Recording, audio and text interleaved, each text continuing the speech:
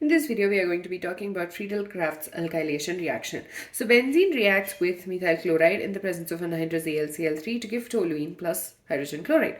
Now, the first step is going to be the generation of the electrophile. So CH3Cl reacts with AlCl3. Similar to what we observed in halogenation, it leads to the formation of an AlCl4- and a CH3+.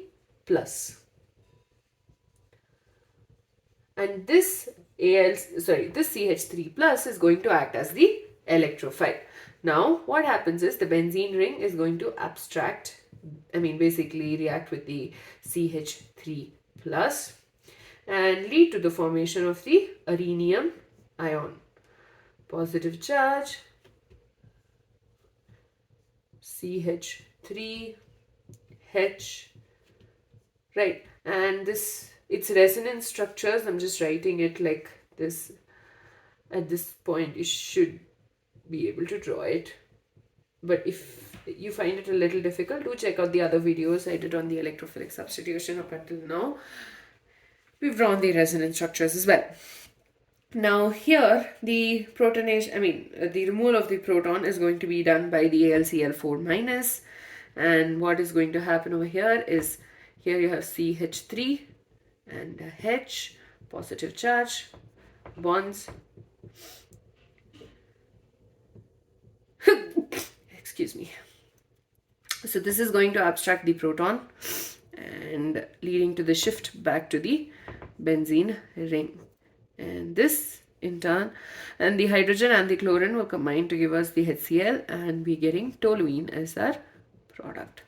Now, if you remember, when we talked about the reaction, the Friedel-Crafts reaction, alkylation reaction, I asked you a question: why, when you have benzene reacting with CH3, CH2, CH3-2Cl, in the presence of anhydrous AlCl3, it actually does not bind at this carbon, but it's the second carbon atom which forms the product.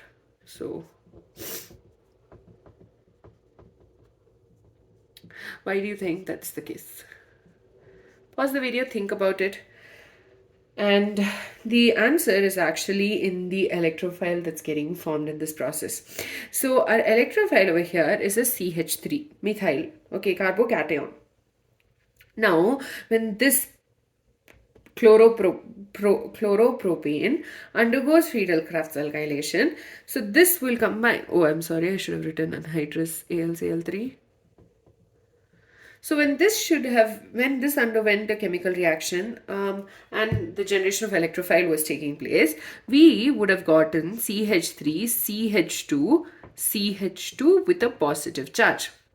Now, carbocation, this particular carbocation is not quite stable compared to this one. So what happens is there's something called a hydride shift taking place, which basically means the hydrogen atom is shifting from the CH2 to this carbon, and we are actually changing from a primary carbocation to a secondary carbocation.